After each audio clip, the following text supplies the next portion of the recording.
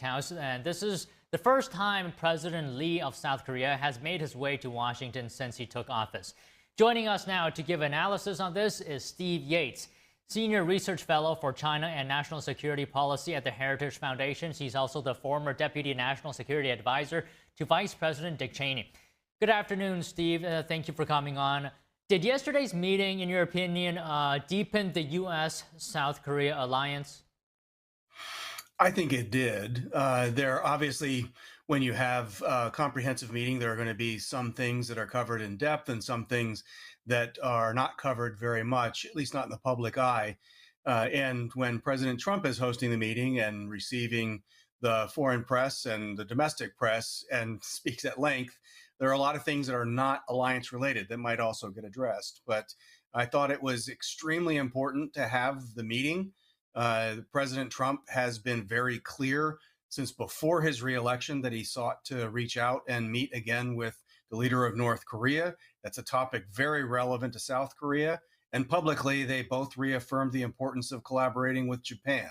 That, I think, is net progress on a number of fronts. So on that point, how would you describe the current South Korean president's approach to, for example, the U.S. alliance to China, and you mentioned North Korea? Well, I think the China part is the least clear, and I think that was the part that was probably discussed in private as opposed to in front of the cameras.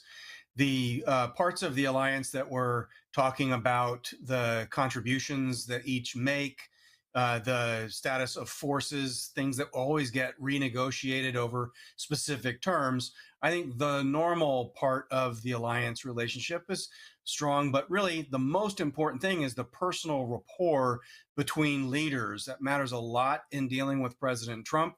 I think it matters a lot in terms of the U.S.-South Korean alliance. That was the biggest down payment I saw made. There was strong rapport, and that's unusual given that the party in power in South Korea is not of the center right. And so in times past, there's been tension between U.S. Republican presidents and more of the left side of politics in South Korea.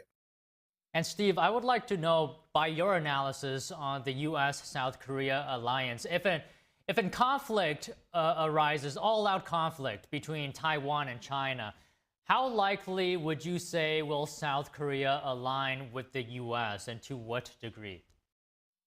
Well, I think that there's a very high degree of certainty that there would be communication collaboration.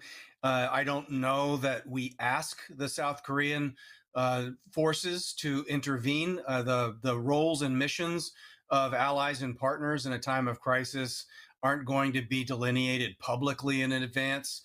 There could be a lot of different supporting roles. It could be that South Korea takes lead in making sure that North Korea doesn't do things that distract and destabilize and otherwise undermine support for Taiwan in a time of crisis. So I think that the conversation is being held in a very candid and direct way by the two men that are in charge of the two countries. That is important. And I think that we can't count on anything in a time of crisis, but we can have a high confidence that this is in a more manageable space than it's been for a while. So one thing Trump talked about yesterday, I don't know if it's related to this, but he said he wants ownership of land used by a military base in South Korea. Why is this important? Well, I strongly suspect this might have been one of the more surprising things from the South Korean side to hear during the conversation. And I also strongly suspect this is developer and builder Donald Trump, prior to being President Trump, talking that when it comes down to the value proposition, owning is better than leasing in a lot of respects. And if we spent a lot on leases and terms for those leases over the years, having ownership and some sense of permanency to the pricing structure is probably what the businessman is thinking. But that was the first time I've heard that kind of a prospect come up in the US-ROK conversation in recent years. So let's see how it goes down and what comes of it. All right, and another point I'd like to mention here is, what does it mean for President Lee to send a delegation to Beijing to discuss economic cooperation ahead of his meeting with the U.S. President Trump?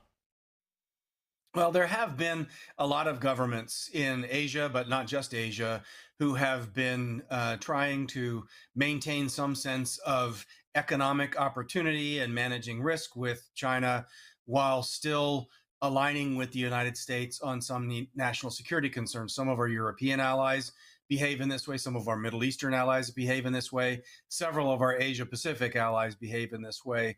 It was particularly sensitive with this new government in South Korea because there's questions about that party and that segment of Korea leaning a bit more towards China and accommodating North Korea, in some cases being anti-America or challenging America. And so I think President Lee was looking to assuage those concerns on a personal rapport basis. I think he did a good job with President Trump, but that's obviously is a deep strategic issue that needs constant gardening and maintenance. And so that part, one visit will not solve, but I think there was a good investment. Okay, one more thing, Steve. Trump says he wants to meet Kim Jong-un again this year. What do you think could be the priorities of that meeting? How are you looking at President Lee's approach to Pyongyang?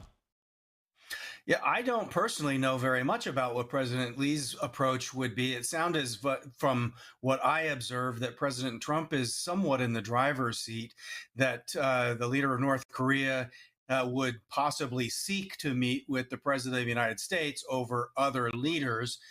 President Trump, I think correctly, would like to make sure that our most critical Asian allies are not left out of that. And of course, our ally on the peninsula should not be left out of that. So he opened up the conversation to maybe doing it together. And that, I think, was also a surprise to the South Korean side. But the president of South Korea sounded as though he would like to take him up on the idea. So this is uncharted territory in talking this way. We don't have any sense of when this might happen or how it might happen, but in principle, both sides have agreed that they would be open to it.